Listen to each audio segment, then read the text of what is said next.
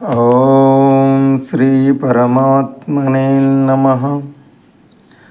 పార్థాయ ప్రతిబోధితాం భగవతా నారాయణేన స్వయం వ్యాసేన గ్రథితాం పురాణమునినాం మధ్యే మహాభారతం. అద్వైతామృతవర్షిణీం భగవతీం అష్టాదశాధ్యాయినీం అంబ త్వామనుసందదామి భగవద్గీతే భవద్వేషిణీం. నమోస్తు తే వ్యాస విశాలబుద్ధే పుల్లారవిందాయతపత్రనేత్ర येन त्वया भारततैलपूर्णः प्रज्वालितो ज्ञानमयप्रदीपः. प्रपन्नपारिजाताय तोत्रवेत्रैकपाणये ज्ञानमुद्राय कृष्णाय गीतामृतदुहे नमः. वसुदेवसुतं देवं कंसचाणूरमर्दनं देवकी परमानन्दं कृष्णं वन्दे जगद्गुरुं. कृष्णं वन्दे जगद्गुरुं. శ్రీమద్భగవద్గీత 2వ అధ్యాయము సాంఖ్యయోగము 9వ శ్లోకం. సంజయ ఉవాచ ఏవముక్త్వా ఋషికేశం గుడాకేశ పరంతప నయోస్యైతి గోవింద ముక్త్వా తుష్టీం బభూవః. సంజయుడు ధృతరాష్ట్రునితో ఇలా అంటున్నాడు: ఈ విధంగా పలికిన గుడాకేశుడు శత్రువులను శిక్షించేవాడు ఋషికేశునితో, గోవింద, నేను యుద్ధం చేయను అంటూ మౌనంగా ఉండిపోయాడు అర్జునుడు. సూక్ష్మబుద్ధి గల సంజయుడు ధృతరాష్ట్రునికి చెప్పే వివరణలో తను ప్రస్తావించు వ్యక్తులకు సరిగ్గా తగిన పేర్లు వాడతాడు. ఇక్కడ అర్జునుడిని గుడాకేశ అంటే నిద్రను జయించినవాడా అని సంబోధించాడు. నిద్రకున్న శక్తి ఎలాంటిదంటే ఎప్పుడో అప్పుడు అన్ని ప్రాణులు దానికి వశం కావలసిందే. కానీ తన దృఢ సంకల్పంతో అర్జునుడు తనకు తానే ఎంత క్రమశిక్షణ సాధించాడంటే తను అనుకున్న సమయంలోనే తను అనుకున్నంతసేపే నిద్రను పోయే శక్తి కలిగినవాడు. అర్జునుడిని గుడాకేశ అని సంబోధిస్తూ సంజయుడు ధృతరాష్ట్రునికి ఒక విషయం సూచిస్తున్నాడు. ఏ విధంగా ఈ వీరుడు నిద్రను జయించాడో ఆ విధంగానే తన నైరాశ్యాన్ని జయిస్తాడు అని. అంతేకాక శ్రీకృష్ణుడికి ఉపయోగించిన పదం ఋషికేశ అంటే ఇంద్రియములకు మనస్సుకు అధిపతి అని. ఇక్కడ సూక్ష్మంగా సూచించేది ఏమంటే ఇంద్రియములను అదుపు చేయగలిగేవాడు అన్ని కార్యాలు సక్రమంగా నిర్వహింపబడేటట్టు చూసుకుంటాడు అన్నాడు. 10వ శ్లోకం. తమువాచ ఋషికేశ ప్రహసన్నివ భారత సేనయోరుభయోర్మధ్యే విషీదంతమిదం వచ. ఓ ధృతరాష్ట్ర, ఆ తర్వాత ఇరు సేనల మధ్యలో శోక సంతుష్టుడైన అర్జునుడితో శ్రీకృష్ణుడు మందహాసంతో ఇలా అంటున్నాడు. అర్జునుడి వేదనతో నిండిన మాటలకు విరుద్ధంగా పరిస్థితి తనను ఏమీ నిరాశాజనకంగా చేయడం లేదని, పైగా తను నిశ్చితంగా సంతోషంగా ఉన్నానని సూచిస్తూ శ్రీకృష్ణుడు చిరునవ్వు నవ్వాడు. జ్ఞానులు అన్ని సందర్భాలలో ఇలాంటి సమభావ దృక్పథం ప్రదర్శిస్తారు. మనకున్న అసంపూర్ణ అవగాహనతో మనం ఉన్న పరిస్థితులలో లోపాలు వెతుకుతాం.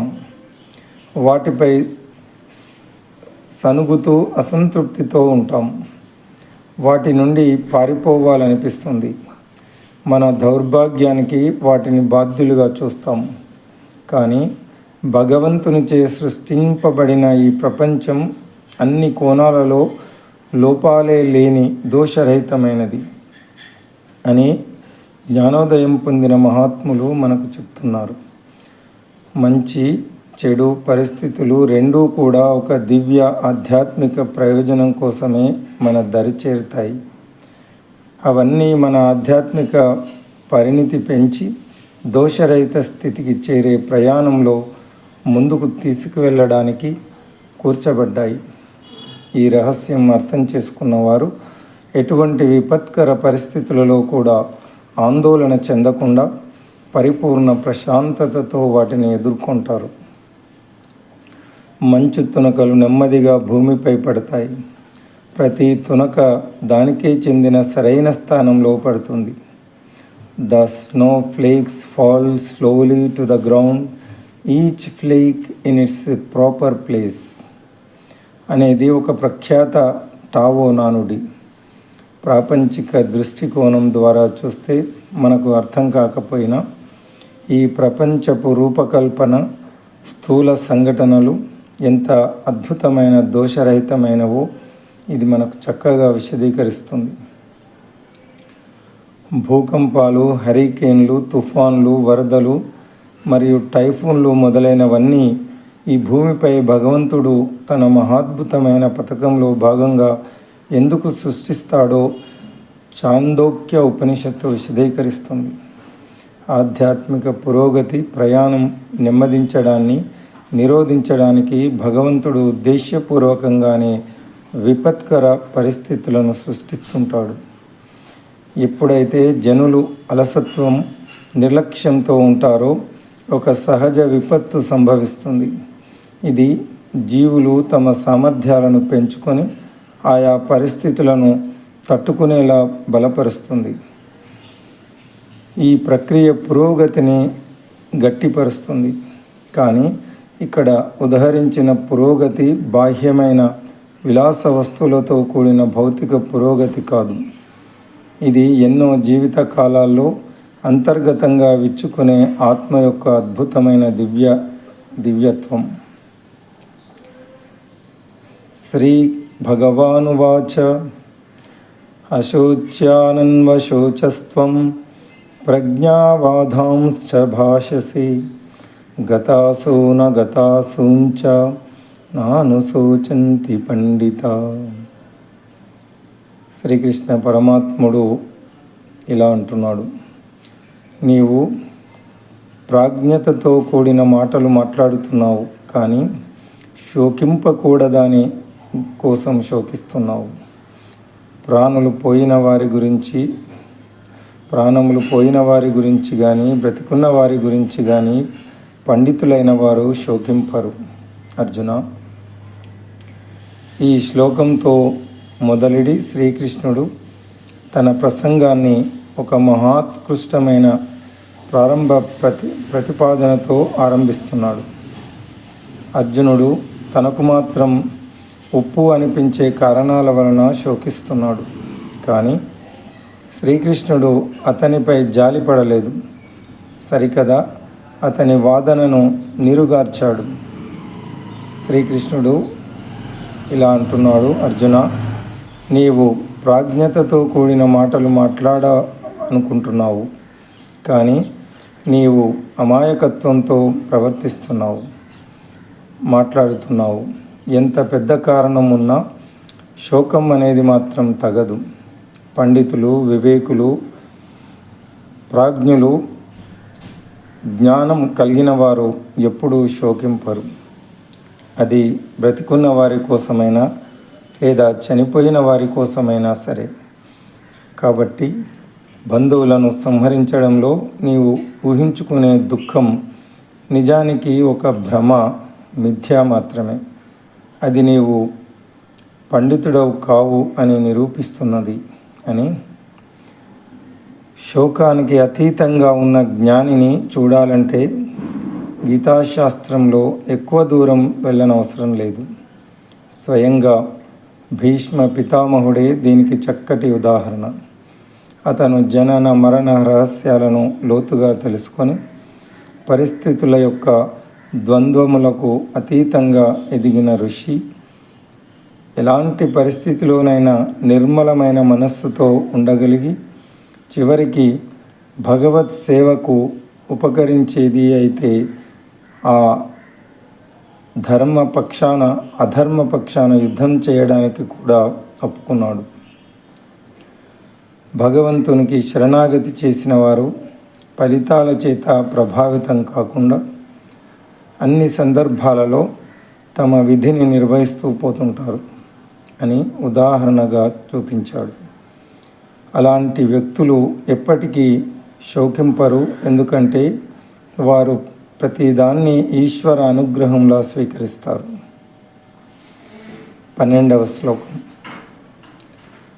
నత్వేవాహం జాతునాసం నత్వం నేమే జనాధిప నచైవ న భవిష్యామి సర్వే వయమతః పరం. నేను కానీ నీవు కానీ ఈ రాజులందరూ కానీ లేని సమయం లేదు, ఇక ముందు కూడా మనం ఉండకుండా ఉండము. డెల్ఫీలో ఉన్న టెంపుల్ ఆఫ్ అపోలో ద్వారంపై జ్యోతిసు ఎటోన్ అంటే నిన్ను నువ్వు తెలుసుకో అని అక్షరాలు చెక్కి ఉన్నాయి. ఏథెన్స్కి చెందిన పెద్ద మనిషి పండితుడు సోక్రటీస్ కూడా జనులను తమ ఆత్మతత్వం గురించి విచారించమని ప్రోత్సహించేవాడు. ఒక స్థానిక కథ ఇలా చెప్పబడింది. ఒకనాడు సోక్రటీస్ గాఢమైన తత్వ విచారణ ధ్యాసలో లీనమై వీధిలో వెళ్తుండగా ఒక ఆసామిని అనుకోకుండా తగిలాడు. ఆ వ్యక్తి చికాకుగా అన్నాడు, ఎక్కడ నడుస్తున్నావో చూసుకోలేవా, ఎవరు నువ్వు అని. సోక్రటీస్ తమాషాగా ఇలా బదులిచ్చాడు, నేస్తమా, ఈ ప్రశ్న గురించే నేను గత 40 ఏళ్ళుగా ఆలోచిస్తున్నాను. నీకు ఎప్పుడైనా నేనెవరో తెలిస్తే దయచేసి నాకు తెలియచెప్పు అని. వైదిక సాంప్రదాయంలో ఎప్పుడు దివ్యజ్ఞానం బోధించబడినా సాధారణంగా అది ఆత్మజ్ఞానంతో మొదలవుతుంది. సోక్రటీస్కి పరమాద్భుతంగా అనిపించి ఉండే ఈ విషయంతో శ్రీకృష్ణుడు అదే పద్ధతిని భగవద్గీతలో కూడా అనుసరిస్తున్నాడు. నేను అని మనము అనుకునేది నిజానికి ఆత్మ అని, ఈ భౌతిక శరీరం కాదని, ఇది భగవంతుని వలె సనాతనమైనదని శ్రీకృష్ణుడు ఉపదేశాన్ని ఆరంభిస్తున్నాడు. శ్వేతాశ్వతర ఉపనిషత్తు ఈ విధంగా పేర్కొంటున్నది. జ్ఞాజ్ఞౌ ద్వావజా విశనీష వజాహ్యేకా భోక్తృ భోగ్యార్థయుక్త అనంతాచ్చాత్మా విశ్వరూపో యకర్త త్రయం యదా విధంతే బ్రహ్మమేతత్.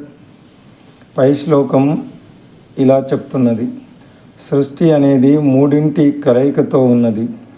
భగవంతుడు, ఆత్మ మరియు మాయ, ఈ మూడు కూడా సనాతనమైనవే. మనము ఆత్మ నిత్యము అని నమ్మితే ఈ భౌతిక శరీర మరణం తర్వాత జీవితం ఉంటుంది అని సతర్కముగా నమ్మినట్టే. తదుపరి శ్లోకంలో శ్రీకృష్ణుడు దీని గురించి మాట్లాడుతూ 13వ శ్లోకం. దేహినోస్మిన్ యథా దేహే కౌమారం యౌవనం జరా తథా దేహాంతర ప్రాప్తి ధీరస్తత్ర నముహ్యతి. శ్రేష్టమైన తర్కంతో శ్రీకృష్ణుడు ఒక జన్మ నుండి ఇంకొక జన్మకు, ఆత్మ ఒక శరీరం నుంచి మరొక శరీరంలోకి ప్రవేశించే సిద్ధాంతాన్ని నిరూపిస్తున్నాడు. ఒక జన్మలోనే మనం బాల్యము, యవ్వనము, యుక్త వయస్సును, తదుపరి వృద్ధాప్యాన్ని దశలలో శరీరాలు మారుస్తూ ఉంటాం అని వివరిస్తున్నాడు. వాస్తవానికి ఆధునిక శాస్త్ర ప్రకారం శరీరంలోని జీవకణాలు నిరంతరంగా పునరుత్పత్తి చెందుతూ ఉంటాయి. పాత కణాలు మృతి నొందుతూ వాటి స్థానంలో కొత్త కణాలు చేరుతుంటాయి. ఒక అంచనా ప్రకారం 7 సంవత్సరాల లోపు అన్ని జీవకణాలు మారిపోతాయి. అంతేకాక కణాలలోని అణువులు ఇంకా వేగంగా మారిపోతాయి. మనం తీసుకునే ప్రతి శ్వాస ద్వారా జీవక్రియచే ఆక్సిజన్ అణువులు జీవకణాలలోనికి పీల్చబడి అప్పటి వరకు కణాలలో ఉన్న అణువులు కార్బన్ డయాక్సైడ్ రూపంలో విడుదల చేయబడతాయి. శాస్త్రవేత్తల అంచనా ప్రకారం 1 సంవత్సర కాలంలోనే మన శరీరంలోని 98% అణువులు మారిపోతాయి. అయినా సరే నిరంతరం శరీరం మారిపోతున్నా మనకు అదే వ్యక్తిని అన్న భావన ఉంటుంది. ఇది ఎందుకంటే మనం ఈ భౌతిక శరీరం కాదు, మనము లోపల వసించి ఉన్న ఈశ్వర సంబంధితమైన జీవాత్మ. ఈ శ్లోకంలో దేహ అంటే శరీరం మరియు దేహి అంటే దేహమును కలిగి ఉన్నది, అంటే జీవాత్మ.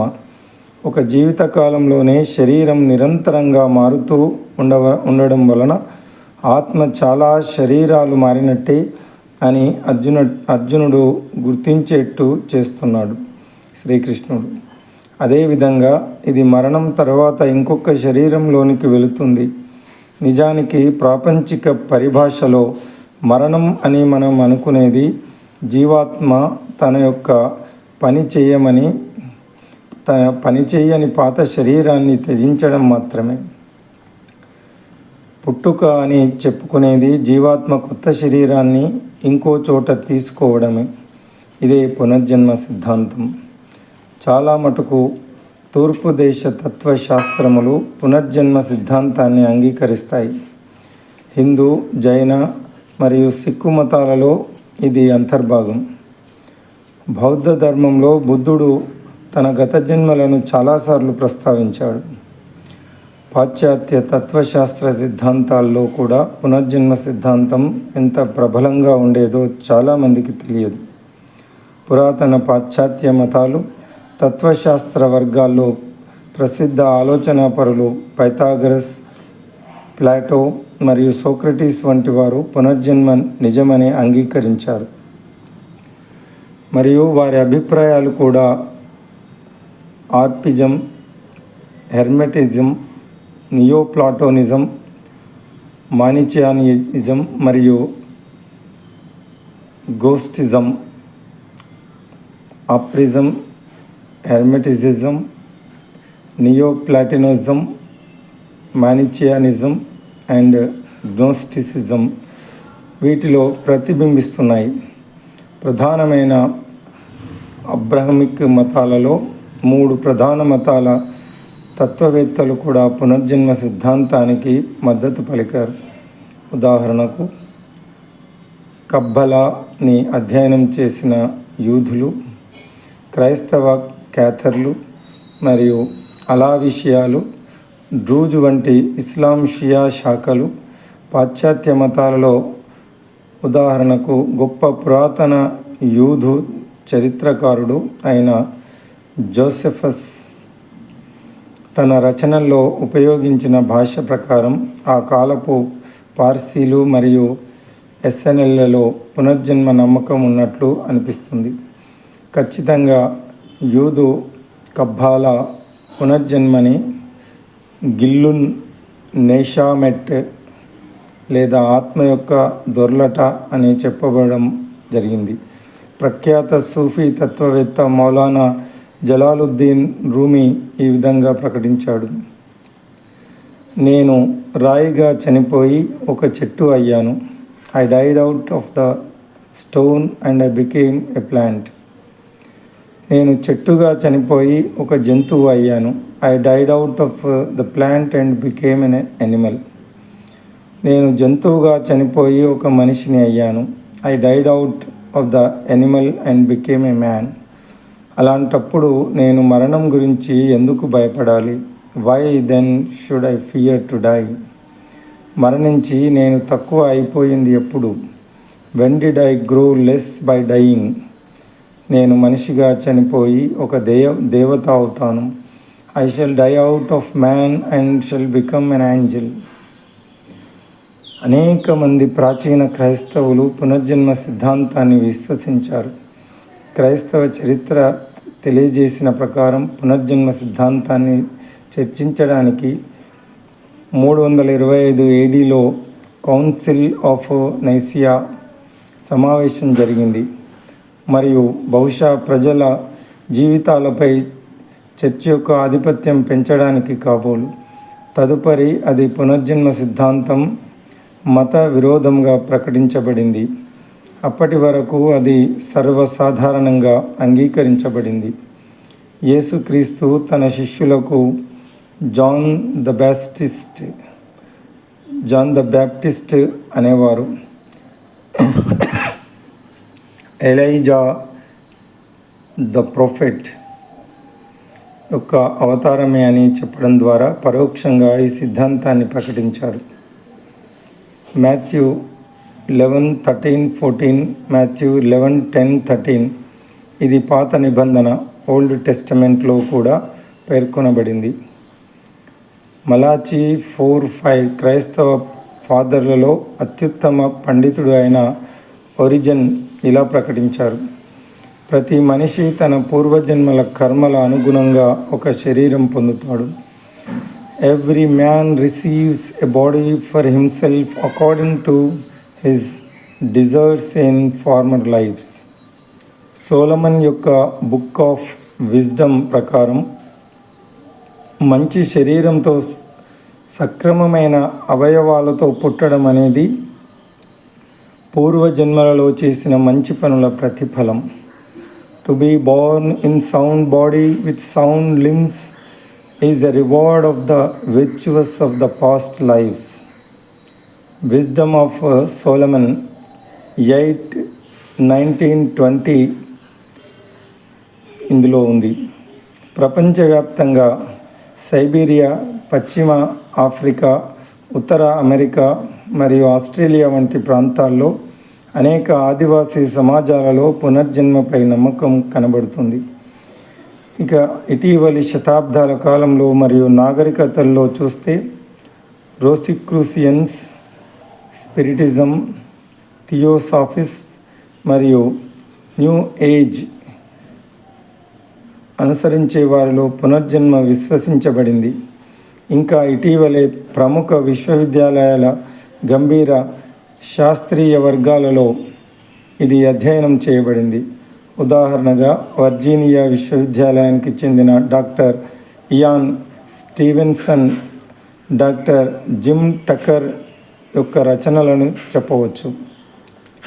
పునర్జన్మ సిద్ధాంతాన్ని అంగీకరించకుండా ప్రపంచంలోని కష్టాలు, గందరగోళాలు మరియు అసంపూర్ణతలను అర్థం చేసుకోలేము. అందుకే అనేక ప్రసిద్ధ పాశ్చాత్య తత్వవేత్తలు ఈ సిద్ధాంతాన్ని నమ్మారు. వర్జిల్ మరియు ఓవిడ్ ఈ సిద్ధాంతం స్పష్టంగా దానికదే తెలిసిపోతుందని భావించారు. జర్మన్ తత్వవేత్తలు గోతే, ఫిచ్టే, షెల్లింగ్ అండ్ లెస్సింగ్ దీన్ని అంగీకరించారు. మరింత ఇటీవల తత్వవేత్తలైన హ్యూమే, స్పెన్సర్, మ్యాక్స్ ముల్లర్ వీరందరూ దీనిని నిర్వివాదమైన సిద్ధాంతం అని ఒప్పుకున్నారు. పాశ్చాత్య కవులలో Browning, Rossetti, Tennyson and Wordsworth మొదలగు వారు అందరూ దీనిని నమ్మారు. శ్రీకృష్ణుడు ఇంతకు పూర్వం వివేకులు శోకింపరు అని చెప్పి ఉన్నాడు. కానీ నిజానికి మనము సంతోషాన్ని, దుఃఖాన్ని అనుభవిస్తున్నాము. దీనికి గల కారణం ఏమిటి? ఇప్పుడు ఆ విషయాన్ని వివరించబోతున్నాడు.